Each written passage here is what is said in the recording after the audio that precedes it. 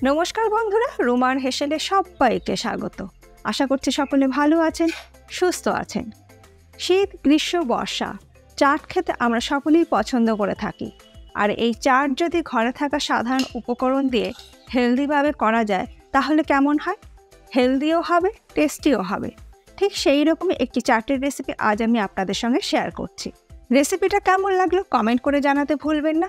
ভালো লাগলে সবার সঙ্গে একটু শেয়ারও করে নেবেন। কালো ছোলার টিক্কি চাট বানানোর জন্য আমি 1 কাপ ছোলাকে ওভারনাইট ভিজিয়ে রেখেছিলাম। সকালে আমি ছোলাটাকে ভালো করে ধুয়ে নিয়ে প্রেসার কুকারে জল দিয়ে মিডিয়াম ফ্লেমে 5 থেকে 6টা সিটি দিয়ে আমি ছোলাটাকে সেদ্ধ করে নিয়েছি। ছোলা যদি অতিরিক্ত সেদ্ধ হয়ে যায় তাহলে কিন্তু টিক্কি বানানো যাবে না। এবার এই সেদ্ধ করে নেওয়া ছোলাটাকে আমি একটা থালার মধ্যে ঢেলে নিয়ে একটা ভেজিটেবল ম্যাশারের সাহায্যে ছোলাটাকে ম্যাশ করে নেব। একদম পুরোপুরি কিন্তু ম্যাশ করব না, একটু দানা দানা রাখবো, তাহলে টিক্কির টেক্সচারটা খুবই ভালো হবে। দেখুন আমি এই রকম ম্যাশ করেছি। এরপরে এই ম্যাশ করে নেওয়া ছোলার মধ্যে দিয়ে দেব একটি মিডিয়াম সাইজে সেদ্ধ করে ম্যাশ করা আলু, দিয়ে দিচ্ছি 2টো কুচনো কাঁচা লঙ্কা, তবে ঝালটা অবশ্যই নিজেদের স্বাদ অনুযায়ী ব্যবহার করবেন। গ্রেট করে নেওয়া আদা আমি দিয়ে দিলাম এর মধ্যে 1/2 টিস্পুন, আর দিচ্ছি একটি মিডিয়াম সাইজের কুচনো পেঁয়াজ। এটা ইচ্ছে হলে দেবেন, ইচ্ছে না হলে নাও দিতে পারেন। আর দিচ্ছি 1 মুঠো ফ্রেশ ধনেপাতা কুচনো। গোলমরিচ গুঁড়ো দিয়ে দিলাম 1 টিস্পুন, হলুদ গুঁড়ো দিয়ে দিলাম 1/4 টিস্পুন, গরম মশলা গুঁড়ো দিয়ে দিলাম 1/2 টিস্পুন, ধনে গুঁড়ো দিয়ে দিলাম 1/2 টিস্পুন, নুন দিয়ে দিলাম স্বাদ মতন। বাইন্ডিংয়ের জন্য দিয়ে দিচ্ছি bread crumb 2 tablespoon. Bread ক্রাম্বের বদলে আপনারা চালের গুঁড়োও কিন্তু ব্যবহার করতে পারেন। এরপরে সব কিছু দিয়ে ভালো করে মেখে নেব। এই টিক্কি বানিয়ে আপনারা গ্রিন চাটনি বা টমেটো সসের সঙ্গেও কিন্তু খেতে পারেন, সেটাও কিন্তু খেতে খুবই ভালো লাগবে। তবে আজ আমি চাট বানিয়ে সার্ভ করব।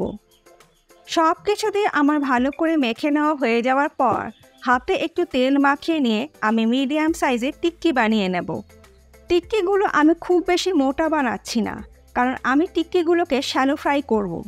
আপনারা চাইলে ডিপ ফ্রাই করতে পারেন, আর যদি ডিপ ফ্রাই করেন সেক্ষেত্রে টিক্কিগুলো মোটাও বানাতে পারেন। সমস্ত টিক্কি আমার গড়ে নেওয়া হয়ে গেছে। এবার এইগুলোকে আমি শ্যালো ফ্রাই করব। তার জন্য ফ্রাই প্যানের মধ্যে দিয়ে দিলাম অল্প পরিমাণে তেল। তেল ভালো মতন গরম করে নিয়ে একটা একটা করে টিক্কি আমি তেলের মধ্যে ছেড়ে দেব। আপনাদের ইচ্ছে হলে এই টিক্কিগুলোকে কিন্তু বাটার দিয়েও শ্যালো ফ্রাই করতে পারেন। গ্যাসের ফ্লেম মিডিয়ামে রেখে 2টো পিঠ উল্টে পাল্টে গোল্ডেন ব্রাউন করে শ্যালো ফ্রাই করে নেব। 1 পিঠ হয়ে গেছে, উল্টে দিচ্ছি। দেখুন টিক্কিগুলো কিন্তু 2টো পিঠই সুন্দর গোল্ডেন কালার চলে এসেছে। এবার এই টিক্কিগুলোকে আমি তুলে নিয়ে রেখে দিচ্ছি একটা প্লেটের মধ্যে। আমি আবারও বলছি, আপনারা চাইলে এই টিক্কিগুলোকে কিন্তু এই পর্যায়ে টমেটো সস বা গ্রিন চাটনির সঙ্গেও কিন্তু খেতে পারেন, সেটাও কিন্তু খেতে খুবই ভালো লাগবে। তবে আমি এটাকে হেলদির সঙ্গে টেস্টি করব, তার জন্য একটু চাট বানিয়ে সার্ভ করছি। একটা বাটির মধ্যে আমি নিয়ে নিচ্ছি 3 টেবিল স্পুন টক দই, আর এই দইয়ের মধ্যে দিয়ে দিচ্ছি 2 টিস্পুন চিনি।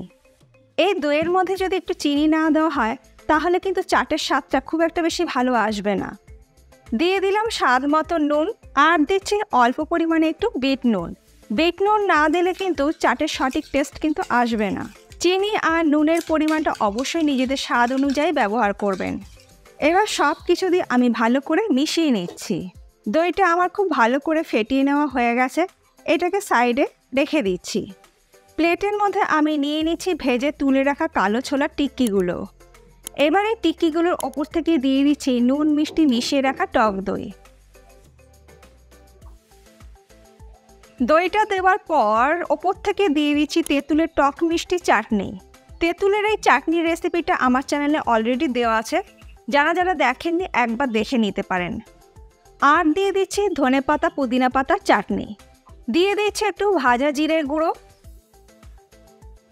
চাটের স্বাদটা বাড়ানোর জন্য ওপর থেকে আরেকটু ছড়িয়ে দিলাম চাট মশলা, আর দিচ্ছি সামান্য পরিমাণে একটু লঙ্কা গুঁড়ো। এটা সম্পূর্ণ অপশনাল, ইচ্ছে হলে দেবেন, ইচ্ছে না হলে দেবেন না।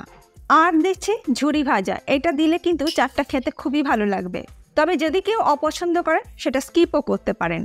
সব শেষে দিয়ে দিচ্ছি অল্প একটু ধনেপাতা কুচি, আর দিচ্ছি চাটটাকে একটু কালারফুল করার জন্য বেদানা বা আনার দানা।